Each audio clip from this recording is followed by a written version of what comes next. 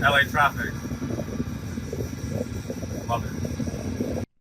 All right, so here's my video defending Ye, formerly known as Kanye West, on his recent tweets, opinions, quote unquote crash outs, as the internet likes to say, and why I think if you are hating on him, you're a loser.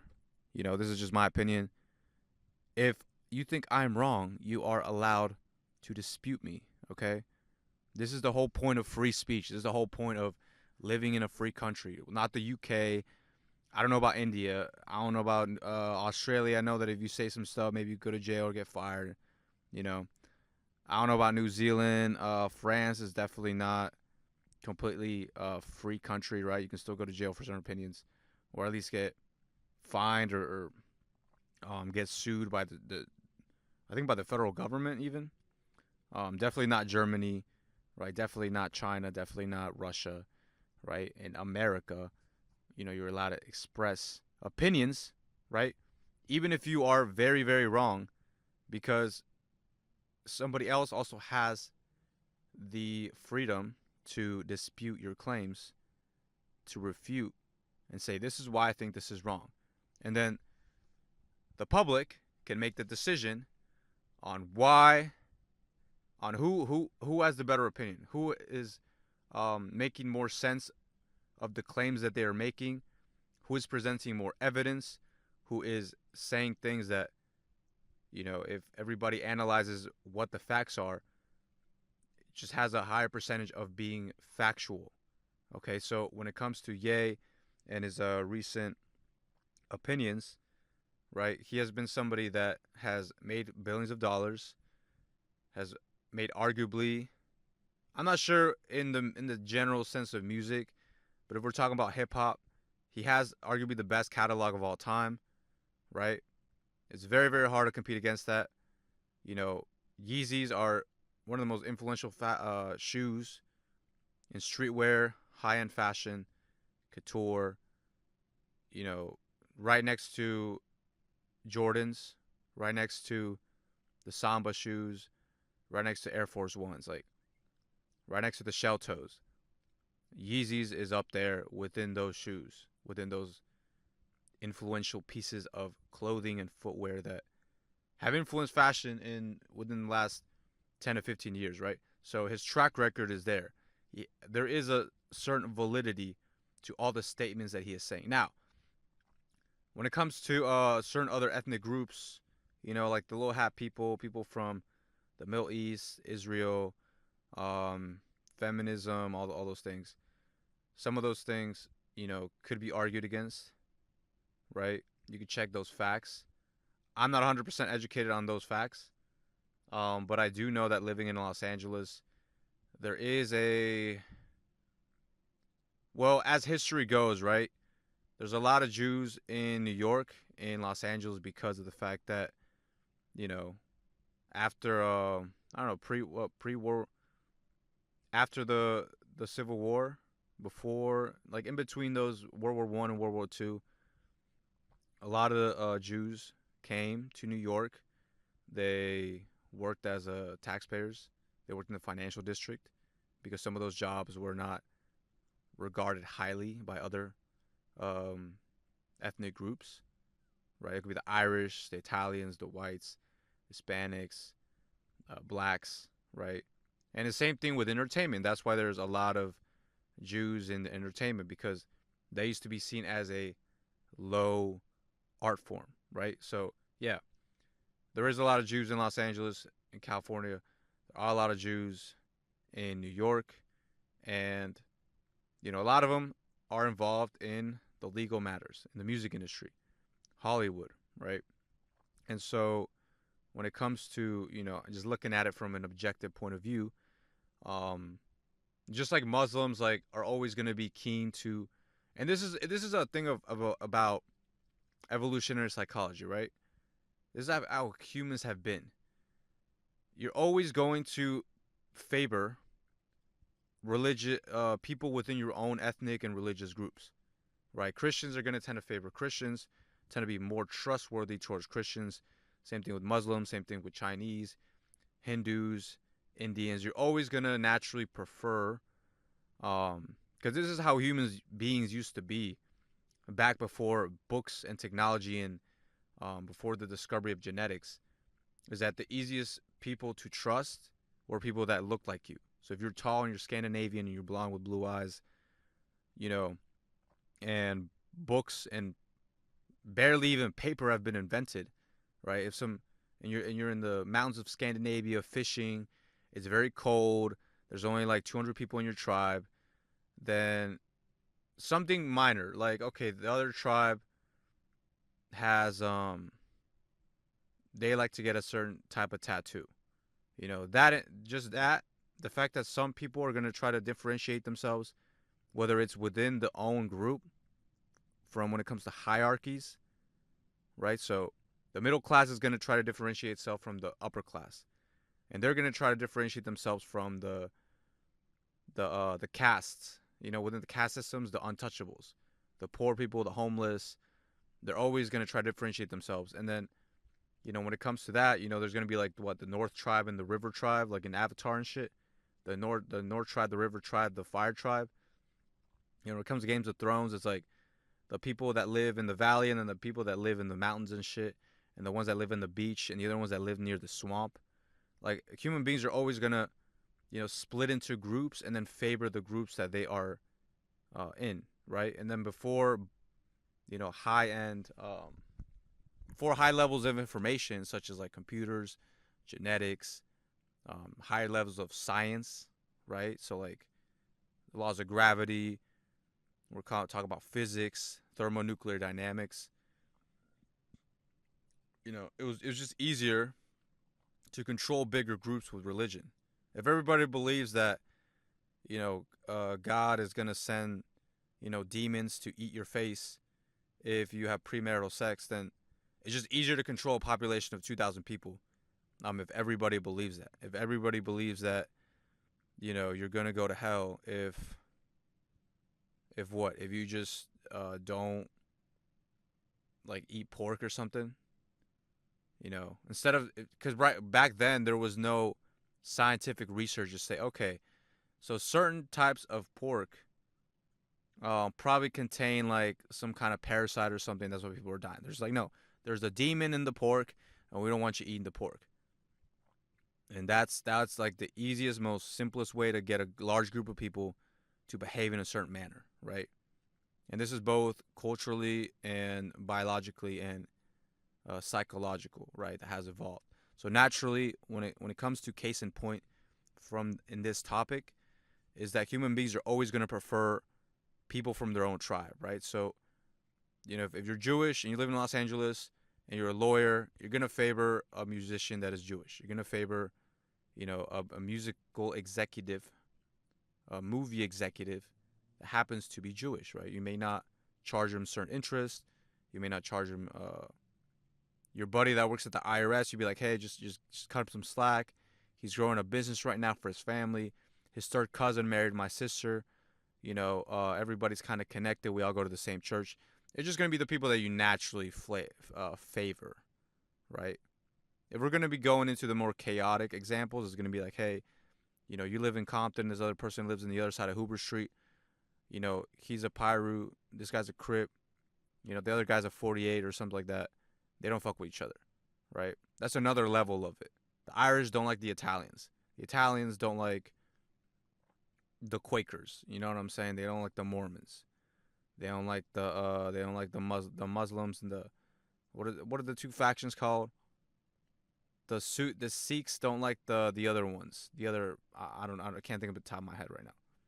You know what I'm saying? So what Ye's been saying is that when it comes to artists, they've been screwed over by musical executives, by lawyers of a certain race, right? Of a certain doctor that's prescribing certain medication that probably was not appropriate. And of course, when you're controlling narratives, when you're controlling the media, when that is the tool that is used to control the masses, then yeah, you're gonna want to handle the people that have the most power. So that in case will be Michael Jackson, Marilyn Monroe, it'll be Elvis, right? And if they don't if they don't subscribe to certain ideologies, certain religions that maybe a certain group does, then yeah, you're going to want to do certain things behind the scenes that, and if this person doesn't comply, then you're going to, rain hell on them and make their lives increasingly more difficult. Right? So this is what Ye's been saying, right?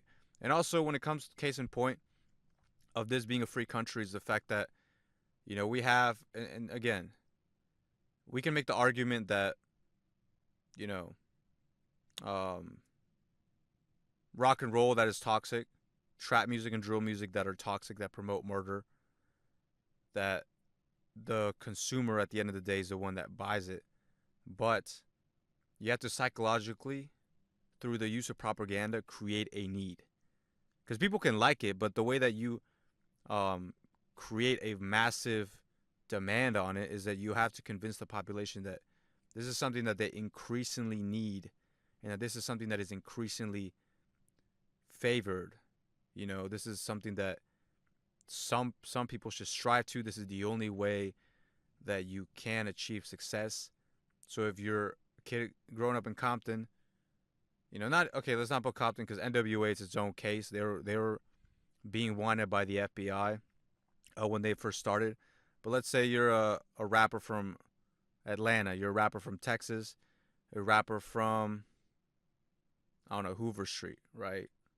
Or Crenshaw or Hawthorne, right? Shout out to Tyler. And you are growing in demand as a rapper. Now, the people have and are allowed to support you as an artist, buy your merch, go to your concert, buy your CDs. But it's a different process, it's a different work to create more demand, right? Because if you're an artist and you become increasingly popular, you can become a one-time case. You can become this is a unique situation of NWA becoming millionaires because of the fact that this particular music is selling. And now, the music can become extremely popular, right? As, for example, Dr. Dre and The Chronic, Eazy-E and Easy Does It, Ice Cube and America's Most Wanted, right? But when you are promoting this and be like, behind the scenes, you're saying, hey, this is all that we want you to do. You had no point. I'm not saying particular for those examples, Eazy-E, Ice Cube, Dr. Dre. But we're saying like maybe Suge Knight, maybe these other guys. It's like, okay, you're selling danger, but then when it comes to Young Jeezy, then when it comes to other rappers, right now King Von and Lil Durk, we're saying, hey, this is the only way that you can get out of poverty is by talking about these things. This is what we're gonna push. We're gonna make the most gigantic billboard push to the top of the charts because there's a lot of places when it comes to radio that is payola. You got to pay for play. So the payola gonna put you on the front billboard. We are going to promote the hell out of you. We're gonna make you a headliner in these festivals. We're gonna make you the champion gangster rapper, right? At one point it was Jeezy. At one point it was Eazy-E, Tupac, and then what it was? It was a 50 Cent, right? So we're gonna put you at the top in the front of the covers, and we're gonna minimize. We're gonna minimize even when these guys want to talk about, hey, look, this is my path. This is what I did, but we could say some even about Jay-Z, right? Like Jay-Z raps about the hood. Jay-Z raps about, growing up in struggle, but he also gives little bars here and there. A lot of Jay-Z's raps is about like coming out of the situation, like, not doing crime anymore, not having to do it anymore, right? But when it's like, okay, now we want you to make just gangster rap. Meek Mill, your fifth album is still about, popping guns and popping tags. It's still about the chrome on the dome, right? With 21 Savage. 21 Savage is kind of like a cartoon character at this point because he makes the same kind of album. Like, I'm not saying he hasn't artistically grown because I am a fan of 21 Savage. But his most recent album is like Red Rum. It's like, that's still about, when was the last time that 21 Savage is probably in the hood with Dracos and, slinging bags of crack? He probably hasn't done that in like 6-7 years since he finally caught a break and stopped doing that. Same thing with Meek Mill, same thing with Rick Ross. It's like, there's still albums where you have to be like a mafia boss or still have to talk about like you slanging crack and stuff. Tory Lanez is in jail, okay? Tory Lanez can still rap about being in jail. I love his new album because that's what he's going through. But when it's like this is all we're gonna promote, then all of a sudden Drake and J. Cole want to start talking like drill rappers and shit. It's like this is exactly what Ye's talking about, right? So he's saying all these rappers, we are making excuses. We are like championing them for still rapping the same kind of style and still rapping like this. And while yes, there is criticisms, we're able to criticize him. But no, I'm criticized now because I'm saying the N word and I'm saying I like the guy with the mustache, the Austrian painter, you know, Mr. Third Reich Emperor, right? Mr. Hitler, Mr. Adolf, you know what I'm saying? So I'm like gonna be crucified and eliminated from everything. But we have like Jewish music executives that, because we got the one guy, I forgot his name. We got this music exec that was interviewed on the Breakfast Club by Charlemagne, and he's saying, "Oh, so we're only putting on the front of the page. We're not Lauryn Hill, not Rhapsodies, not Tribe Called Quest. No, we're putting King Von in the front. We're putting Lil Durk in the front. We're putting like Moneybagg Yo on this is the hip hop list, right? 2 Chainz." And he said, "Isn't there like maybe like a moral dilemma between just always putting this guy and then maybe he has like a couple cases or he catches a case on the front cover of the streaming service of the Billboard, um, and then you're somebody that has a very traditional family, traditional values." And he's like, "Yeah, people got to eat, right?" So because back then, let me tell you a brief story, right? But when jeans and the rivets were invented, right, or certain dresses with pockets, right, back then when Chanel made her dress, the little black dress, and um, it was just different. It was more liberal. It wasn't the baggy dress. It wasn't. It was different. It was a little bit more revealing, a little more tight than the normal dress. Well, some people are gonna like it, but if you want to make it extremely popular, and then even have other copycats, because they got to pay for certain patents, right? For the patents of the rivets, maybe certain zippers, maybe certain techniques that you use, where certain manufacturing and production techniques that you used to create this product and to manufacture it and then to distribute it at whole scale. You have to create there is a demand, but then you have to psychologically engineer a bigger, larger need, right? Levi's has the rivets and the zippers and the jeans, but all of a sudden there's 50 more people that want to, or possibly, that want to make jeans. You need to convince them that they need the rivets, they need the zippers.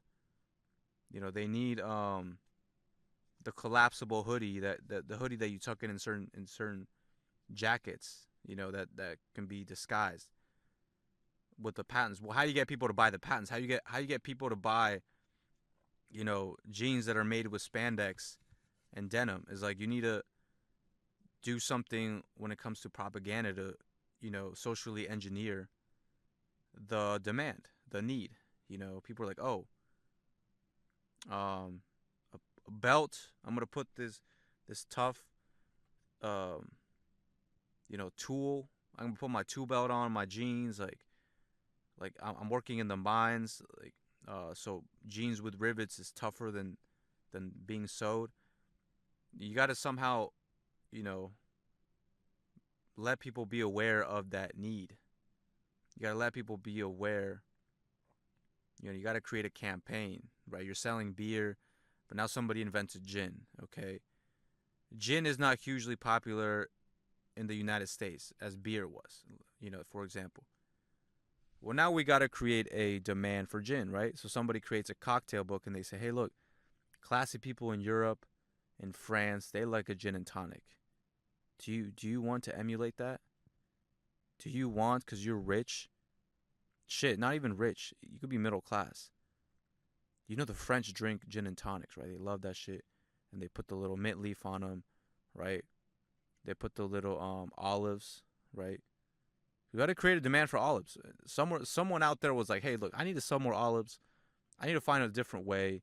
And somebody put the olives in the gin and tonic and the vermouth drink, and then all of a sudden they're like, look, this actually tastes really good. So we need to create a campaign. So every single person that, okay, gin. What is a drink that we can make? Gin and tonic. Okay, now we need to create a campaign. So every single bar in America, every single person that likes to party, that likes to have like private parties, have their bars stocked, we need to have them know that they need a bottle of gin in every single home, every single function, every single event. There always needs to be a bottle of gin because gin and tonic is very classy. It's for the ladies. James Bond loves that shit with the two olives on the rocks. They need to know that. And this needs to be everywhere. It's not a party unless you have Clase Azul. It's not a party unless you have Casamigos. Not a party unless you have a bottle of bourbon, rum, because the classy drink bourbon, the classy drink rum. So you have to, you have to create a psychological need. You need to psychologically engineer that shit, in the media, in the product.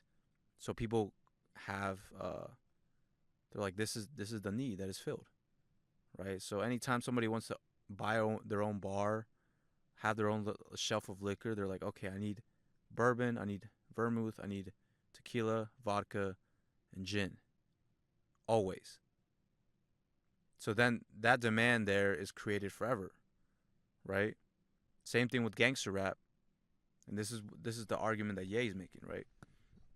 Is that it's socially engineered to a degree for us to think that gangster rap is the most coolest, edgiest thing. Human beings are naturally going to be drawn to things that are out of reach for them, right?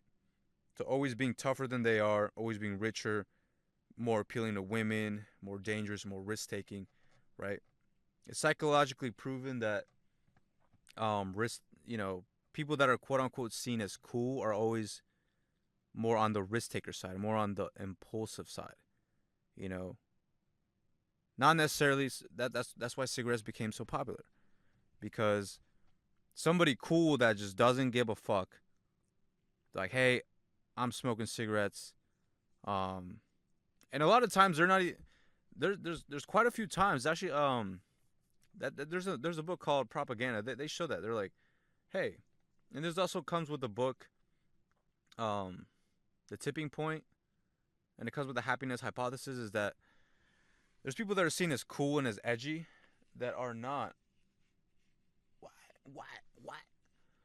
There's people that are seen as cool and as edgy that are not, let's say, addicted to alcohol and drugs and smoking cigarettes. But people want to be like them, and they're like, oh, so in order for me to be cool, I have to smoke cigarettes. I have to smoke marijuana. I have to drink Hennessy. I have to drink bourbon. Like, because somebody that is quote unquote seen as cool is somebody that is like freer, more expressive, right? That's somebody that tends to be more impulsive, tends to, even if it's not just impulsive, somebody that tends to make decisions quicker. They don't care. They have less care in the world. It just seems like they have a lighter sense of being to them because they're doing things that the general population is scared of doing. Singing, expressing yourself, dancing, right? Being an actor. The reason why actors are seen with such high regard is because they're emulating the role of somebody that, if they're emulating a firefighter in a movie about 9/11, a firefighter that is living in California may have had nothing to do with that. They're seeing themselves in that movie and they're saying, this is the job that I do. This is the job that I do. This is my line of work. People in my line of work usually have the same values, and they're being portrayed as heroes. Tom Cruise is playing a firefighter, and he is seen as a hero. People are going to view me now more heroic because Tom Cruise represented me in such a good light that people are starting to be like, yes, let's support the firefighters more. Yes. It psychologically, socially engineers that effect, that like higher regard, higher view of, it happened the total opposite for police officers, right? People were saying, oh, fuck the pigs, all cops are racist, all cops are bastards. And right, so we're promoting that in the music. The music then becomes more popular, and all of a sudden, people are. It's now like a wider consideration. It's considered like now a very almost non-controversial take to not like cops. Yes, there's corrupt governments in the past. Yes, there are. Um, there's corrupt cops. There's dirty cops, right? Maybe especially during the mafia era in New York, right? In Colombia, a lot of these socialist countries, Colombia, Peru, back when El Salvador was very dangerous, and Mexico, right, and communist Russia. You got the what is it called, not the KGB, but the people that jail you, the police that jail you in the Soviet Union for having a wrong opinion. They'll come to your house and take you to Siberia, right? But also, if you live in a rich neighborhood, like you like having cops around because that means that people are not throwing trash on the streets, people are not breaking into homes, right? If it's like a normal middle class neighborhood, like, and you have a cop patrolling, like that even within the camaraderie of other neighbors, that's the neighborhood watch is like, hey, if somebody wants to break into our house, is doing something they're not supposed to, this person's not supposed to be in our neighborhood, we don't know this person. We are collectively, we're on the same page. We all want to look out for each other. So when something out of the ordinary pops in, then, we are going to question it. We're going to investigate it. And if it is a threat, then we're going to get the fuck out of our neighborhood, right? So it's been socially engineered on a mass scale now for even people that are rich, people that are poor. It's like, no, all cops are dirty. All cops are awful.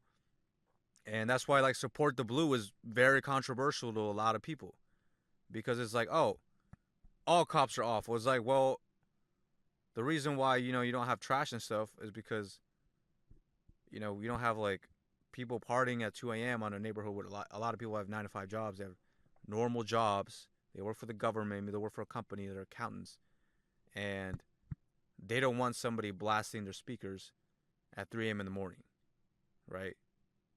And them, along with the law enforcement, are enforcing the rules that they want to keep the peace, right? So it's been socially engineered on a mass scale to think that white people are evil, cops are bad, right? Capitalism is evil, even though that the reason why I'm making this video right now, the reason why I'm as knowledgeable as I am, have been able to become right now is because I have the ability to, if somebody has the results and they sell a book and they sell a product, they sell a course, then through my own assessment, through my own judgment, I can say, okay, this is the online course, this is the info product that I want to buy for myself. Ty Lopez is selling a course. Russell Brunson is selling a course. Michael Sartain is selling a course. You know what I'm saying? What's his face? Kevin Samuel selling a course. And I'm saying, hey, they're selling a need. They're selling a solution to my need. I have a right to be able to invest into that. I have a right to be able to buy this microphone, be able to buy this microphone secondhand, these headphones, this light, the iPhone that I'm recording it on, And if this microphone sucks, because I had a cable that sucked, I had to buy another one from Roland. Roland's a good brand. They make the drum machines, they make speakers, they make samplers, and I have a right to buy a new cable if the previous one didn't work. But if we socially engineer and say, no, if you are a communist if you speak on a certain type of microphone. This is the signal, this is the symbol that if you are speaking into this, you are a terrorist. You can socially engineer that, right? Because Saddam Hussein made a video a couple years ago. He chopped the guy's head off, and he was speaking into a Shure 55 steel microphone. And all of a sudden, it's like, no, that is a microphone that is associated with terrorists. You can socially engineer that to a great degree, right? To where eventually people that can snap out of their own emotional brains, be like, okay, this rationally does not make sense, right? So when it comes, so that has been socially engineered for us in the last, couple decades to hate, capitalism, to hate traditional values. Not all traditional values are good because obviously that's why we have to innovate. The traditional values that I consider traditional in this day and age 50 years ago were very, very liberal, and then 100 years ago, those normal behaviors were considered very extreme, right? So, shit changes. There's some things that are very consistent, have been proven to continuously work, such as a nuclear family, right? The most stable societies of all time have a consistent enough like marriage, fertility, uh, infant fertility rate, income, average income, or average income, and then also the ability to spend it, um, having extra things, having extra income aside from your main income, it allows people to, invest into themselves, pay for entertainment, pay for food, which, creates it just stimulates the economy for you to want to buy more things, right? People have extra money now, they can buy ice cream because they're not starving and they're not waiting in line to get bread. You have a little extra money, right? You want to take your kids to ice cream. Okay, now it's like you got to create the propaganda, the need, the what is it called? The campaign, the advertisements to say this is why you should eat ice cream after a hot meal because it cools you down, right? Because what do you do when you're outside on the beach and you're thirsty and you're sweating? Ice cream. It cools you down, right? It's very sweet. It enhances the experience, right? And so we've been taught to hate and love a lot of things. And when it comes to yay, he's like, okay, so why can't I like make a chain out of a swastika, but I can make a T-shirt that says I hate all cops. I can say, hey, I can make a diss song, like the song by King Von, um, the story, something like that. It goes story something, and then I can make a chain with that name on it, and people be like, yeah, it's so cool.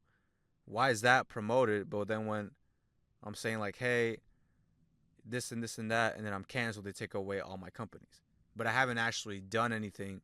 I haven't, assaulted any kids. I haven't abused anybody, and found to be guilty with proper evidence. So he says, hey, I like Andrew Tate. You can say all you want about Andrew Tate. You can hate him. You can say, hey, he's awful. Maybe you can think he's an asshole. You don't want to agree with every single thing. I don't agree with 10 out of 10 things that Andrew says. Maybe like 9 out of 10 or 8 out of 10. Okay, there's some things that like, maybe I just don't agree. Or I'm like, probably not, right?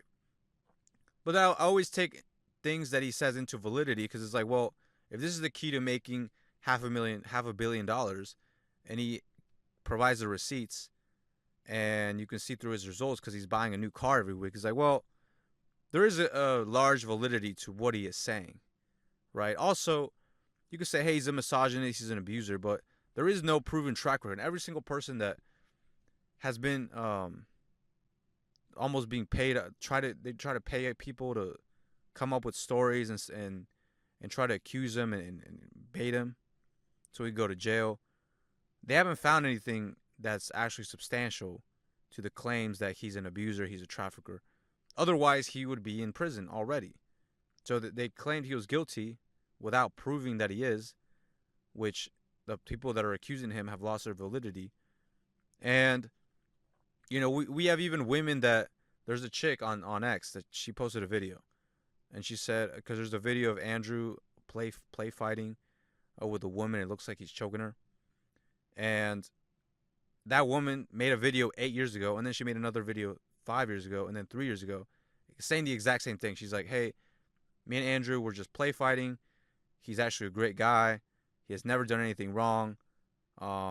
He's always been a gentleman. And maybe the reason we didn't work out is just because of difference of beliefs. And there's just certain things that I didn't agree to.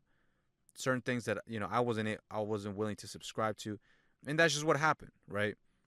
And so, all of a sudden, a lot of people don't like Andrew because of the fact that he just occasionally is an asshole. Now we have free speech on X, so he can say whatever. He says a bunch of words that, are offensive to a lot of people. But, he's not the one being caught with a case of illicit child, material. He's not the one being caught with that. He's not being caught, having gay penetration, being homosexually penetrated by another man in office, as like some members of Congress were found to be doing. He hasn't been found of doing that. He hasn't been found of abusing women. He hasn't been found of, extorting anybody or evading. I don't know. I don't know about the taxes and all the other shit. But all this stuff that would make him a actual villain. He didn't try to lock people up in their homes. He didn't try to force a vaccine that wasn't all the way tested on people because of a belief, or because he believed he was more morally righteous than in other groups, right? He hasn't done any of these things. But those people are still, by a good amount of people, protected, such as Fauci and Biden. But they want to demonize, Tate. They want to demonize Ye, right? A lot of people want to complain.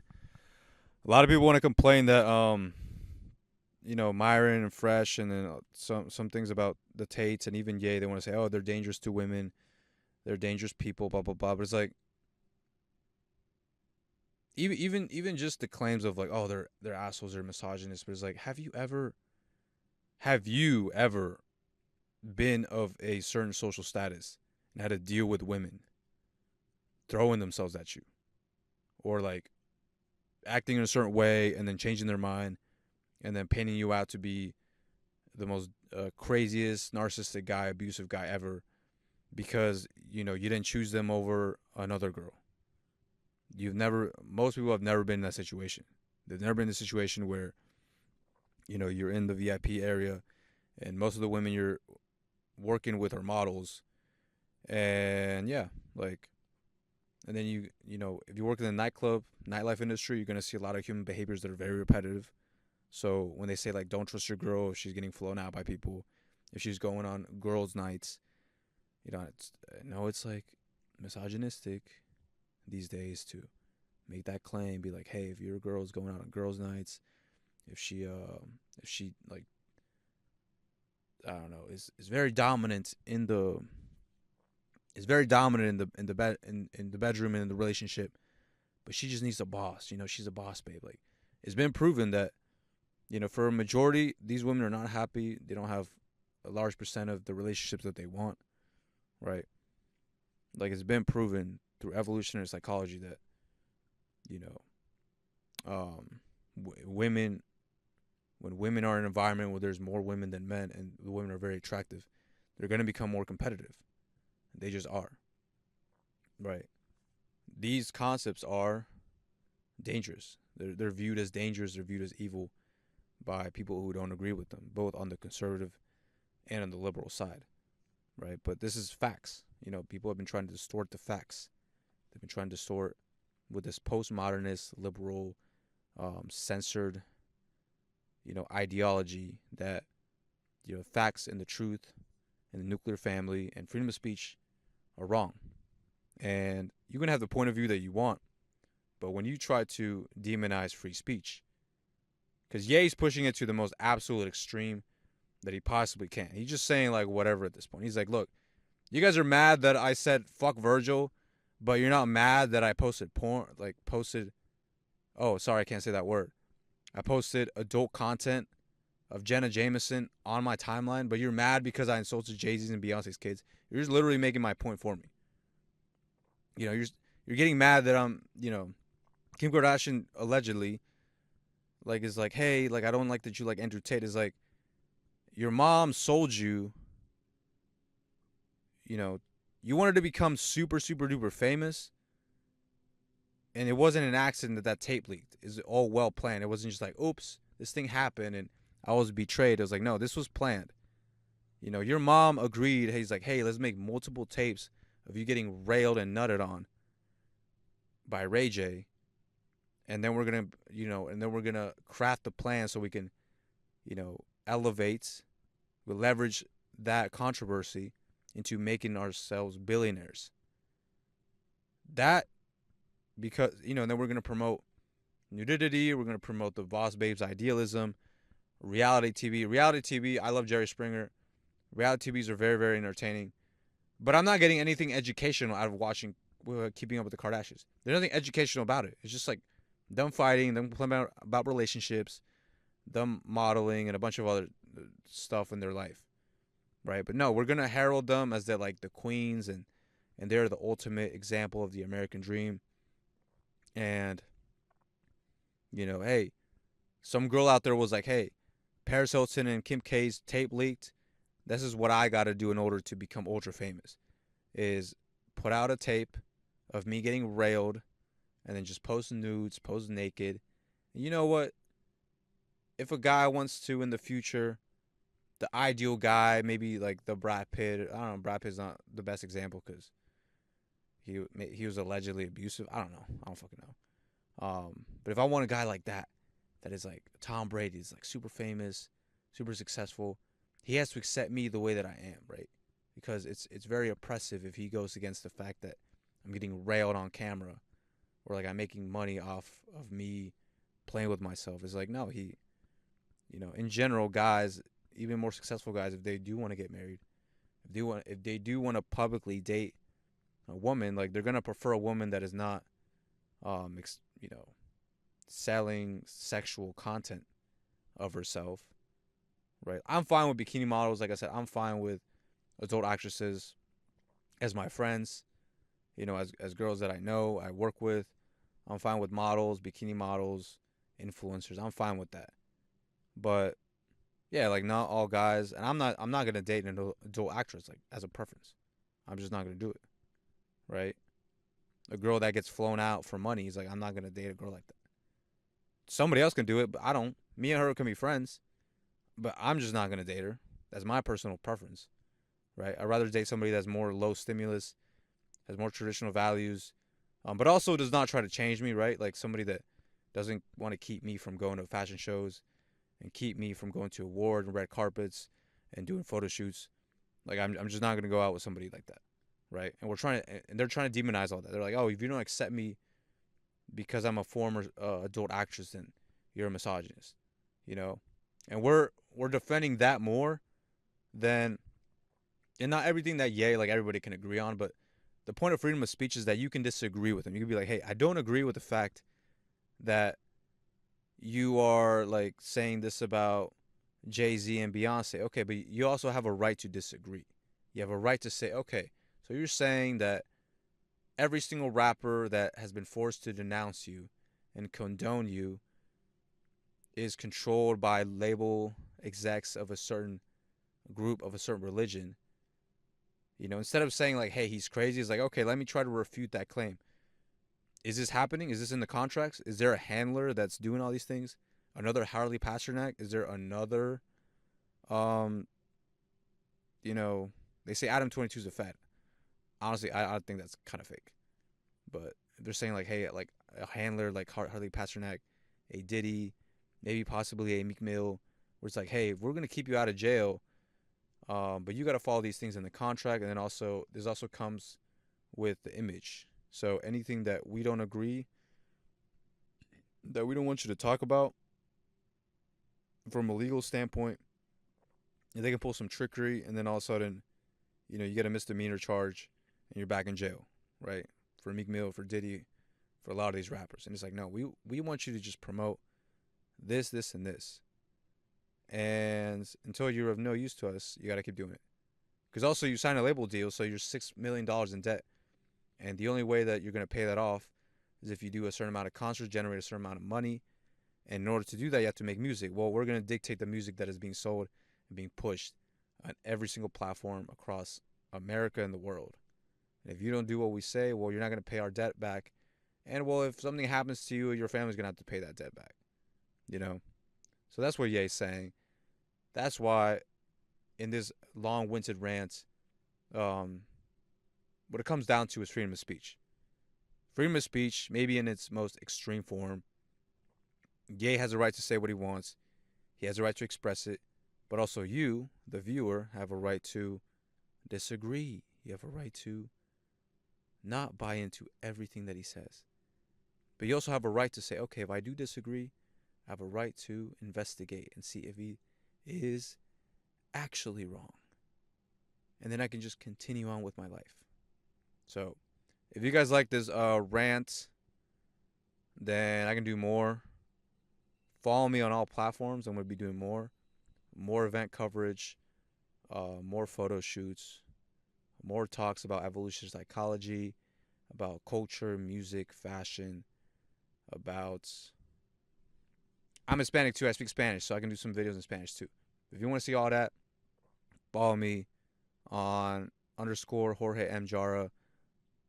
That's my one account. My second account, Suru Media. Those are my two Instagrams. One's my personal, the other one's my media account. So go follow those. Same thing on YouTube. LinkedIn. I don't know who uses LinkedIn. And yeah. See ya.